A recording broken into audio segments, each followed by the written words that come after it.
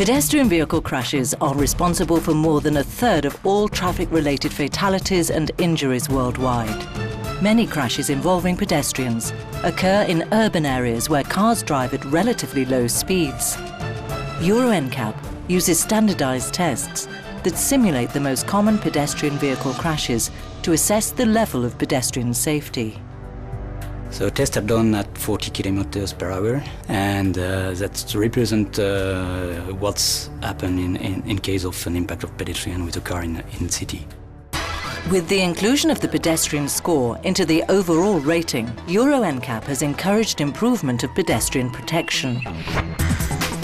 Over the last years, the organisation has toughened its criteria, challenging car manufacturers to deliver pedestrian-friendly designs, regardless of vehicle size or class. So we've got the leg foam impactor, and we will hit the bumper with the leg foam. We've got the upper leg foam for the bonnet leading edge, and we are doing impact also on the bonnet with child head foam and with adult head foam.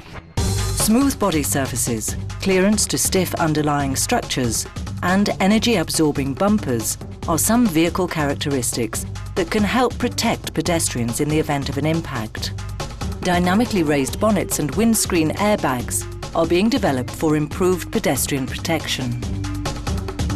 In the years to come, a big step forward for pedestrian safety is expected as new active safety systems able to automatically stop a car before it hits a pedestrian will be fitted across the vehicle fleet.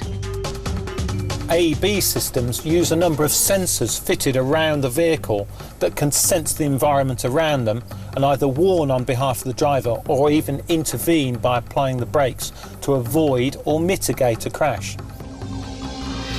For Euro NCAP, reducing the risk of injury in pedestrian accidents by improving the safety of cars is and will remain a priority in the coming years.